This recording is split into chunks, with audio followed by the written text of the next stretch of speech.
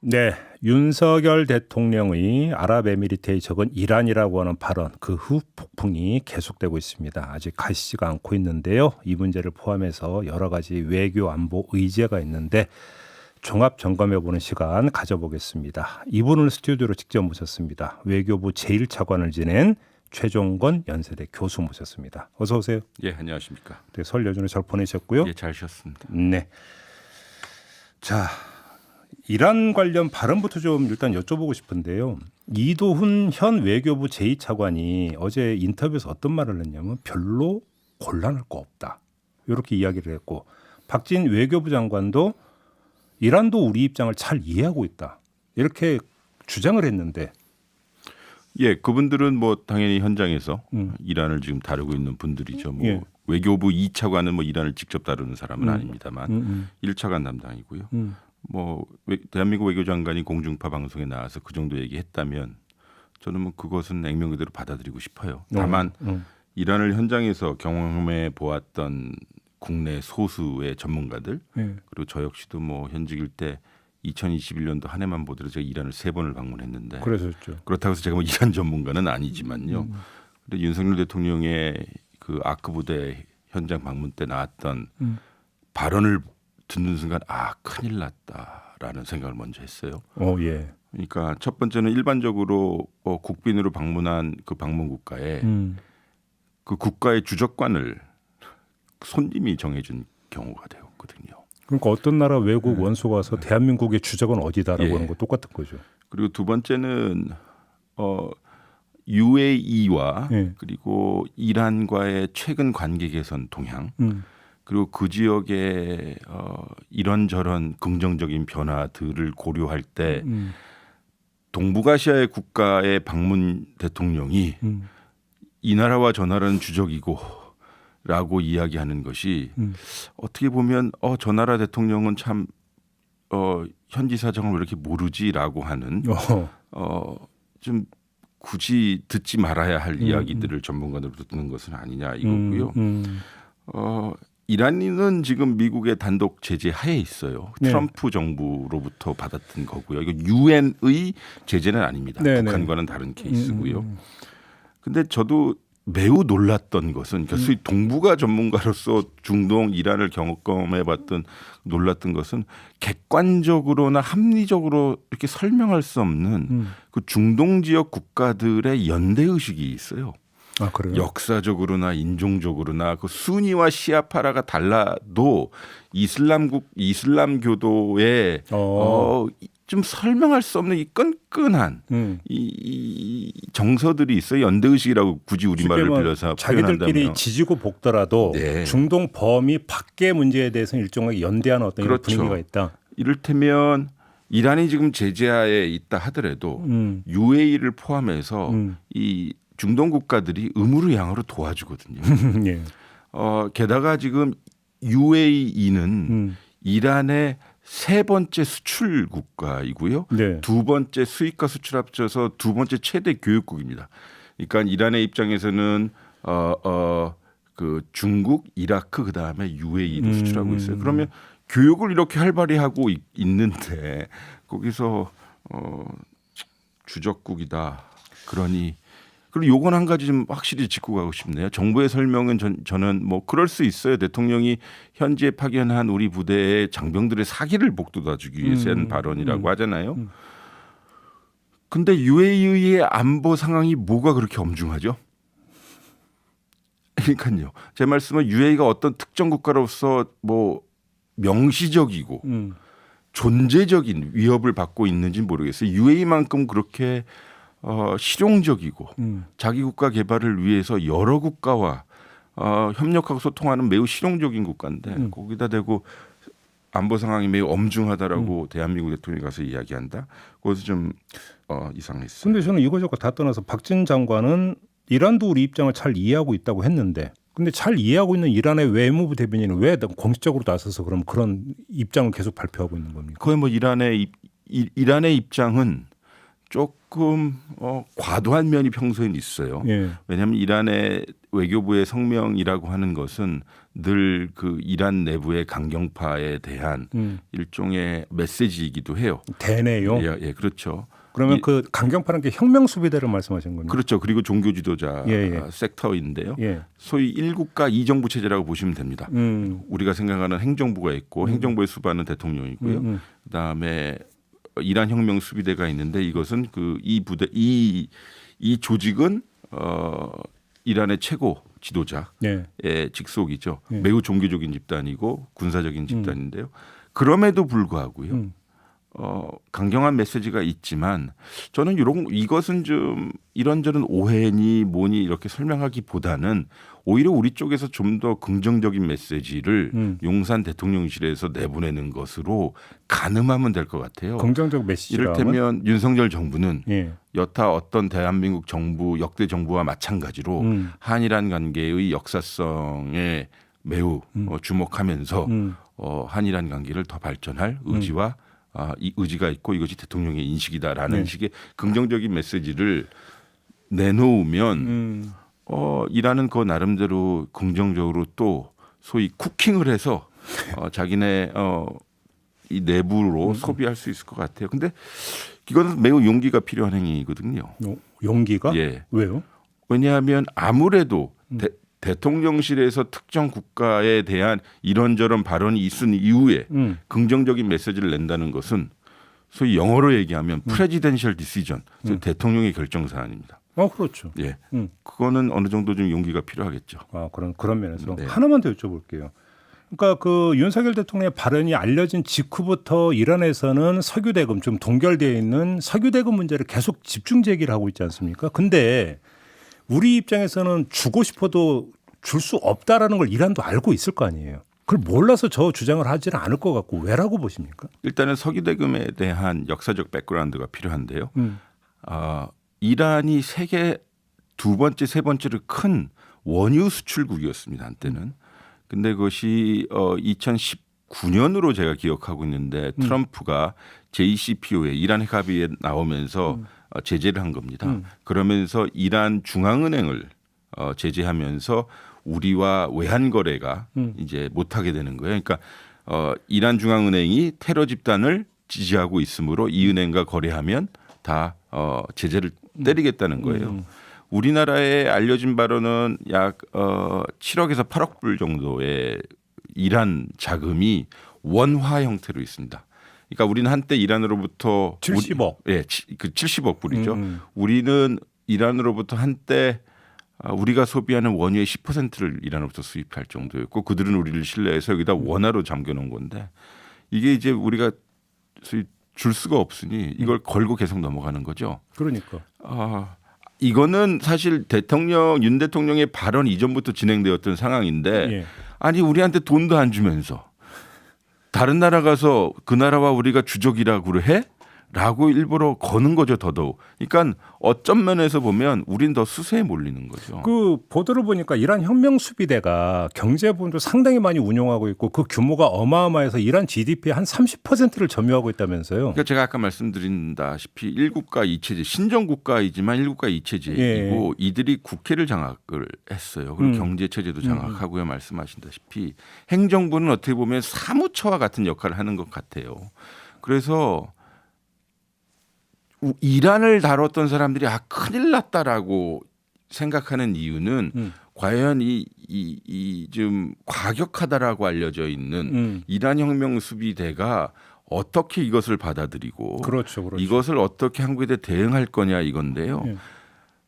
명시적으로 그 이란의 자금 때문에 이란 혁명 수비대가 우리 배를 납치했었을 때 한국해미호가요. 연관이 없었다고 하였지만 사실상 이란 혁명 수비대가 우리가 가지고 있는 돈을 반환해주지 못하는 것에 대해서 불만이 많거든요. 그러니까 이 돈이 사실상 이란 혁명 수비대 돈 아니냐라는 그거는 뭐 그럴 수 있겠죠. 네. 근데 어쨌든 중요한 것은 결국은 여기서 외교 관계의 기본으로 돌아가야 되는 거예요. 정무적으로 경제적으로 이런 것 저런 것은 해결해 줄 수 없지만 정무적으로 가서 때로는 욕을 먹더라도 그들과 얼굴을 마주하면서 사정이 이렇다라고 이야기하는 정성이 필요하거든요. 네. 매우 고통스러운 과정이긴 한데요. 네. 우리 한미동맹도 있고 하니까요. 그리고 한 가지 느낀 것은 이란과 가까이 지내고 소통하는 것이 대한민국 외교에는 도움이 됩니다. 이란은 세계적인 문제예요. 북한도 마찬가지지만 그렇기 때문에 EU나 그러니까 유럽이나 미국이나 전 세계가 우리가 이란과 소통하게 되면 이란이 무슨 생각을 해, 무엇을 해라고 물어볼 수 있거든요. 그 정도로 유럽이나 이런 데 단절되어 있다. 유럽은 소통은 하나, 네. 미국은 직접적인 소통을 못 하게 되어 있어서 저희는 우리 정부 기관에 그것 때문에 입체적인 쉽게 하면 대EU 외교를 할 수 우리가 알려주마 하면서 또 외교적 반대국부를 챙길 수도 있고 오히려 우리한테 득이 된다는 얘기죠. 그리고 결정적으로 미국의 대이란 제재 때문에 한이란 관계가 매우 안 좋아진 거거든요. 경제적으로나 정무적으로. 그거는 좀 쉬운 말로 좀 편안한 말로 우리가 광을 낼 필요는 좀 있어요. 티를 좀 낼 필요가 있고요. 근데 이런 발언 때문에 오히려 저는 특사는 아니어더라도요. 외교부 고위 관료가 테헤란에 가서 네. 좀 정성을 보여주는 외교 행위를 했으면 좋겠어요. 특사 그러니까 MB 중동 특사 얘기 나오는데 이건 어떻게 평가하세요? 중동 어딜 간다는? 제가 궁금한 게 그거거든요. 그러니까 UAE 관계는 우리가 뭐 300억 불 정도의 MOU를 체결할 정도로 더 이상 좋을 관계 아니지 않습니까? 지금 나올 거 이란 특사이지 왜 중동 특사인가요? 글쎄요. 그분 편찮으시다고 해서 우리가 사면한 거 아니겠어요? 복권하고요. 그러면 본인의 건강 회복이 우선 아니겠어요? 단 저는 이건 생각합니다. 대한민국 외교에 새로운 전통이 필요한 건 사실입니다. 전직 대통령이 현직 대통령의 외교 특사로 활동하는 것은 장려해야 되는 것입니다. 알겠습니다. 그러나 그것은 원칙의 문제인 거고요. 그 전에 그 아랍에미리트 가기 전에 그러니까 윤석열 대통령 핵 무장론을 꺼낸 바가 있었고, 예. 근데 또 이 발언이 그러니까 문제가 되니까 이란에서 이제 그 치고 나오면서 그 70억 달러 석유 대금 말고 또 핵 무장론도 언급을 한 바가 있었거든요. 이란이 이걸 또 건드린 바가 있는데 이걸 어떤 의미를 갖고? 저는 그건 맥락적으로 매우 중요하다고 봐요. 그러니까 대한민국 대통령이 핵무장론을 말씀하신 거예요. 자체 핵무장론이요. 우리 기술을 사용해서 짧은 시간에 개발하고 무장할 수 있다는 것인데 그것과 또 UAE에 가서 하신 발언을 엮는 거죠. 결국은 이 두 가지가 말도 안 되는 이야기를 왜 하냐라는 이란의 해석이고요. 두 번째는 윤석열 대통령의 발언에 대한 레코드를 계속 주시하고 있다는 거죠. 기록을. 그 말씀 뭐냐면 이란의 입장에서는 지금 핵 물질을 무기급으로 개발하는 것을 일종의 의심받고 방지하려고 하는 국가가 대한민국과 같이 NPT 체제를 잘 지키고 있는 국가한테 니들 NPT 이러면 어기는 거라고 얘기하는 것 자체가 아이러니일 뿐만 아니라 전례 없는 일이죠. 그러면 그 얘기는 거꾸로 얘기하면 아니 대한민국의 대통령이 핵 무장론을 지금 이야기하고 있는 판인데 왜 우리한테만 그래? 이런 메시가 깔려 있는 건가요? 예. 알겠습니다. 좀 다른 문제로 좀 여쭤볼게요. 지금 그 북한 무인기 그 침범 이후에 어제 나온 이야기가 유엔사에서 남북이 공의 정전 협정을 위반했다는 결론을 내렸다는데 이게 어떤 이야기입니까? 유엔사는 유엔사 일을 하는 겁니다. 그래요. 어찌 보면 유엔사라고 쓰고 주한미군이 운영하는 그렇죠, 거거든요. 그렇죠. 근데 이게 보면요. 유엔사는 미국 합참, 그러니까 워싱턴 합참의 지침을 받습니다. 네. 그러니까 말씀을 쉽게 말씀드리면 미국 워싱턴의 뜻이라는 겁니다. 예. 결국은 우리 정부가 자위권 등등을 활용해서 무인기 사태 때 이런저런 대응을 하였지만요. 기본적으로 유엔사의 관점, 미국의 군사적 관점에서 보면 한반도의 군사적 안정을 더 선호한다는 뜻입니다. 그러겠죠. 그러니까 핵무장론이 나왔었을 때도 미일 정상회담의 공동 성명이 우리가 이야기하는 북한의 비핵화가 아니라 한반도의 비핵화라고 얘기하거든요. 그와 같이 일종의 한반도의 안정적 현상 유지를 원하는 것이지 일종의 좋지 않은 방향으로 흘러가지 않게 하려고 하는 쉽게 일종의 그러면 메시지라고 거기에 봐요. 대해서 이제 그 부인기 침범에 온갖 대책이 다 쏟아져 나오는데 너무 오버하지 말라는 뜻도 깔려 있다고 봐야 되는 겁니다. 그렇죠. 기본적으로 또 유엔사는 존재적으로 정전협정을 관리하고 감시하는 거거든요. 그러니까 제가 말씀드린 것처럼 그들은 그들의 역할을 하는 겁니다. 그러면 그 유엔사 입장에서는 9.19 군사합의가 완전히 그 실질적으로나 명목적으로 파기되는 건 원하지 않는다라는 해석으로 연결이 되는 겁니까? 저는 그렇게 생각합니다. 게다가 2018년 9월 19일 날 9.19 군사합의가 합의되었고 그 이전이나 그 이후에 유엔사는 지속적으로 9.19 군사합의를 주한 미군사와 함께 지지하였습니다. 그리고 군사합의 자체는 정전협정을 기반으로 하여 만든 겁니다. 그렇죠. 정전협정에는 비무장지대 이런저런 군사시설 못 두게 하였는데 그리고 서로 적대 행위를 하지 못하게 했는데 그 정신에 맞춰서 만든 것이기 때문에요. 예. 또 한 가지 마이크 폼페이오 그 전 국무장관의 회고록이 나왔고 네. 여기서 뭐 김정은 그 국무위원장이 주한미군 그 주둔을 이야기를 했다. 요 대목이 좀 그러니까 뉴스를 많이 탔는데 근데 이게 그 아버지인 김정일 국방위원장도 그 얘기는 계속 했던 거 아닌가요? 예, 그렇게 알려져 있죠. 예. 김대중 대통령 당시 예. 김정일 위원장, 그러니까 김정은의 아버지죠. 그렇죠. 그런 얘기가 나왔다고 하고요. 이것은 뭐 이런저런 사례를 보면 김정은의 할아버지 김일성부터 나오기 시작하죠. 그러니까 여기서 중요한 것은요. 폼페이오와 김정은의 대화의 소위 사실 여부, 그렇죠. 내용 사실 여부는 차지하고 나서라도 우리가 알고 있는 북중 관계는 매우 복잡성을 띠고 있다는 거예요. 그들은 서로 뭐 모르겠어요. 의지할지언정 100% 신뢰하지 않는다. 저는 그게 오히려 더 건강하다고 봐요. 그러니까 국제관계에 대해서 우리는 국가 대 국가 관계를 너무 의인화해서 일방적으로 너무 믿는 경향이 있는데 네. 그들은 서로 이익을 활용하는 거고요. 저는 이 폼페이오 건대에서 좀 한 말씀 드리자면 함께 문재인 정부와 트럼프 행정부가 한반도 평화 프로세스를 추진했던 그 두 정부였는데요. 폼페이오의 역할은 매우 긍정적이었습니다만 그분이 그 정부가 끝나고 이제 민간인이 되신 거잖아요. 나름의 정치 일정이 있다고 저는 알고 있는데 대선 도전이 있었는데. 그러니까요. 근데 민간인 된 지 얼마 되었다고요? 아직도 현직에 있고 현안의 중심에 있는 김정은과의 사적 회담 이야기를 이렇게 다 까발리면 그러니까. 그러면 북한 입장에서는 언제 다시 미국과 이렇게 허심탄회하게 얘기할 수 있을까요? 교수님도 회고록 하나 쓰시죠. 아유, 제가 뭐라고 회고록을 씁니까? 외교 제1차관도 하고 안보실도 계셔. 강의록 쓰기도 힘듭니다. 시간 다 짧게 하나만 여쭤볼게요. 지금 그 일제 강점화 강제징용 그 피해자들에 대한 대책이란 걸 지금 정부가 이제 내놓지 않았습니까? 어떻게 평가하세요? 저는 상당히 분노했습니다. 분노하셨습니다. 왜냐하면 그것도 제가 다루었던 업무였긴 했습니다만 일본이 원했던 정답이었다.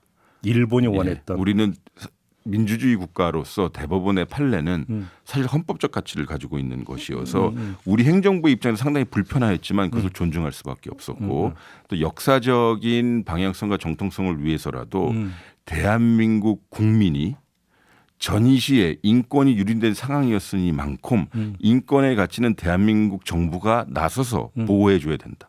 그리고 그것은 외교적 사안이니만큼 한국과 일본이 외교적인 협의를 통해서 해결하면 된다였는데 일본은 전혀 움직이지 않았거든요. 근데 그 국회에서 나왔던 그 발표를 보니 일본이 원했던 정답과 가깝다. 근데 묵계가 있는 거 아니냐. 이렇게 그러니까 대한민국이 먼저 나서면 나중에 일본 전범 기업이 돈을 출연하는 걸로 묵계가 이루어진 거 아니냐라는 해석이 있었는데 어떻게 생각하세요? 그건 너무 자의적 해석 같은데요. 그렇다. 왜 그때 하죠? 그 전에 안 하고요. 그러니까요. 제거운동. 네. 그리고 그거는 대한민국 대법원에서 배상을 하라고 하는데 우리끼리 배상을 하라고 하면 우리 정부 우리 기업 돈으로 하라고 한다면 그분들은 뭐가 되는 것입니까? 민사 소송을 제기했던 그렇죠. 피해자분들은 결국 돈을 원했던 분들은 아니거든요. 알겠습니다. 자, 이렇게 마무리해야 될 것 같네요. 고맙습니다, 예, 교수님. 고맙습니다. 네, 외교부 제1차관을 지냈던 최종건 연세대 교수와 함께했습니다.